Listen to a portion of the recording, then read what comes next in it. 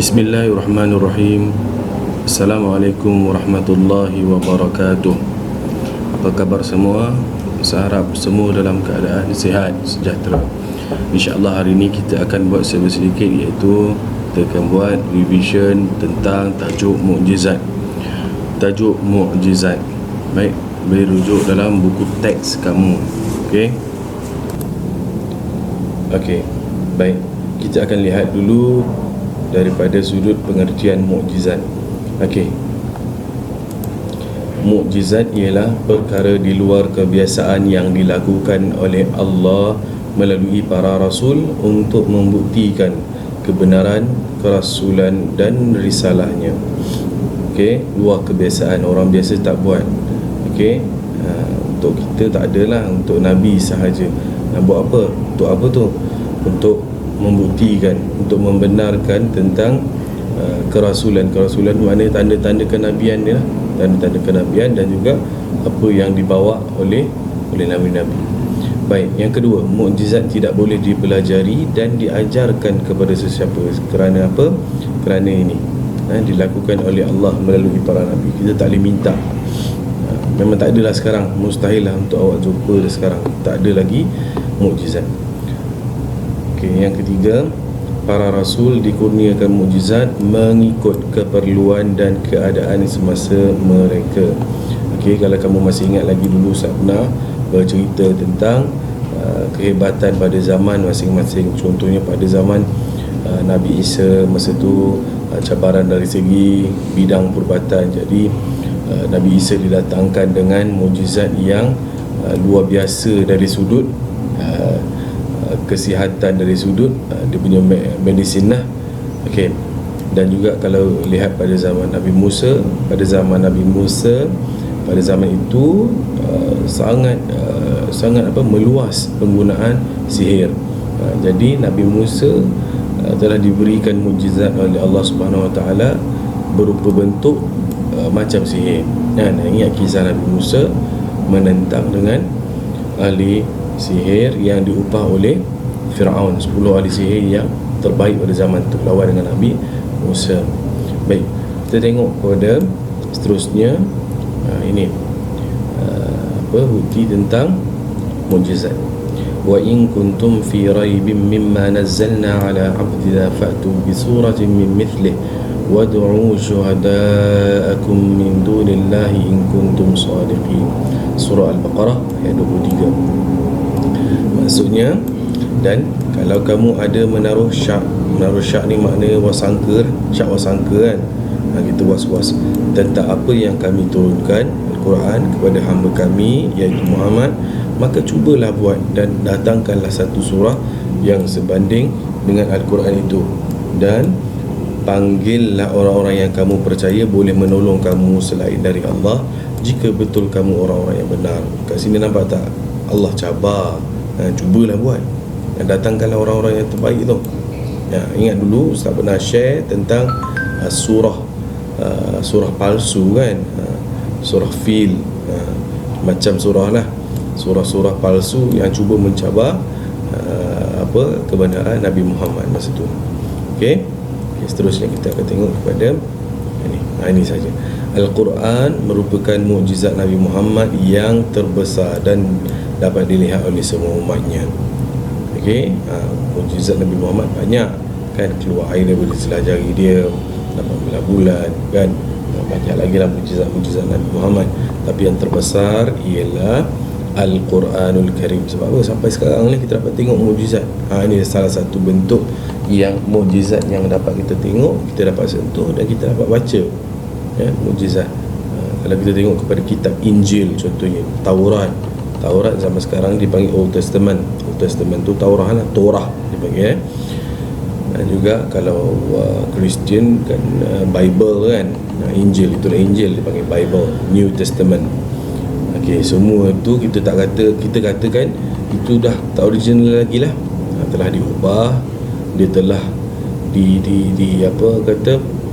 orang dah baiki dah masuk macam-macam benda dah dalam tu untuk kepentingan masing-masing kan. Tapi Al-Quran tidak ada satu pun yang berubah walaupun satu huruf. Seterusnya kita kita tengok kepada bahagian mukjizat. Baik, bahagian mukjizat kita terus tengok pada sini. Mukjizat terbahagi kepada dua, iaitu mukjizat hissi dan mukjizat ma'nawi. Baik, apa itu mukjizat hissi? Mukjizat hissi ialah mukjizat yang dapat disaksikan oleh panca indera. Panca indera ni mata lah, dapat tengok dengan mata, dipandang dengan mata, ni yang dia kata, dipandang dengan mata kasar, didengar dengan benda telinga, disentuh serta diketahui oleh semua manusia. Orang tu zaman pada waktu tu dapat tengok, kan? Dia dapat merasai, dia dapat melalui pengalaman melihat sendiri mukjizat yang Allah hantar melalui para nabi, kan? Sekarang ni tidak ada lagi. Baik, seterusnya dia tanya lagi, mukjizat maknawi tu apa? Mukjizat maknawi ialah mukjizat yang tidak dapat disaksikan oleh panca indera, bahkan hanya dapat diketahui dengan kekuatan akal fikiran. Betul, contoh dia apa? Contoh mukjizat hissi ni apa? Contoh mukjizat maknawi. Mukjizat hissi ni banyak lah, yang kita tahu kan. Mukjizat tu kan, yang hissi tu yang banyak-banyak yang kita dah belajar tu, itulah mukjizat hissi. Contohnya Nabi Musa kan, Nabi Musa tongkat dia jadi ular dan menelan semua ular ahli sihir Fir'aun. Dan contoh mukjizat maknawi ialah penurunan Al-Quran. Injil pun termasuk juga dalam mukjizat maknawi. Kitab Zabur pun sama, maknawi. Kita tak dapat nak tengok, kita dapat mengetahui melalui proses penurunan kitab-kitab tersebut sajalah. Okey, bukannya mudah kita ingat turun macam tu je kitab, tak. Nabi Muhammad sendiri masa sampai wahyu pada dia bukan senang, kan? Selama 23 tahun Nabi Isa macam mana, kan? Nabi Musa macam mana dia punya cabaran, dia naik ke Tur Sinai, kan? Sampai sekarang Tur Sinai tu Mount Sinai lah. Mount Sinai tu dekat Mesir, kan? Cabaran dia banyak. Okey, baik. Faham Seterusnya tujuan mukjizat. Baik. Okey. Terbalik ni, kita pergi kepada yang ketiga dulu tadi, kan? Tak apalah. Kita nak pada unit kedua, kita terlangkau tadi, kan? Baik. Apa tujuan mukjizat ni? Okey, yang pertama, membuktikan kebenaran seruan para rasul yang diutus oleh Allah bagi memimpin umat manusia. Okey. Yang kedua, menguatkan bukti bahawa seruan rasul itu daripada Allah dan bukan rekaan orang lah, kan? Ingatlah dulu yang Abu Jahal ke siapa, dia pernah mencabar Nabi untuk membelah bulan. Nabi buat macam tu lah, jari dia kan, dia bawa keturunan terbelah bulan. Dia menguatkan bukti lah. Tapi bila lah, biasalah orang yang dia saja nak cabar orang kafir ni, dia tengok macam tu je lah. Tapi setengah orang dia beriman kepada Nabi Muhammad SAW. Okay, yang ketiga, melemahkan tentangan musuh-musuh Rasul. Yang ketiga ni poin Nabi Musa, kan? Sesuai kan? Sihir, kan?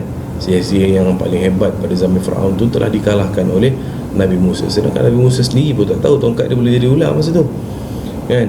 Allah memberikan wahyu kepada Nabi Musa untuk mencampakkan tongkat dia. Dia tak tahu pun tongkat dia jadi ular, kan?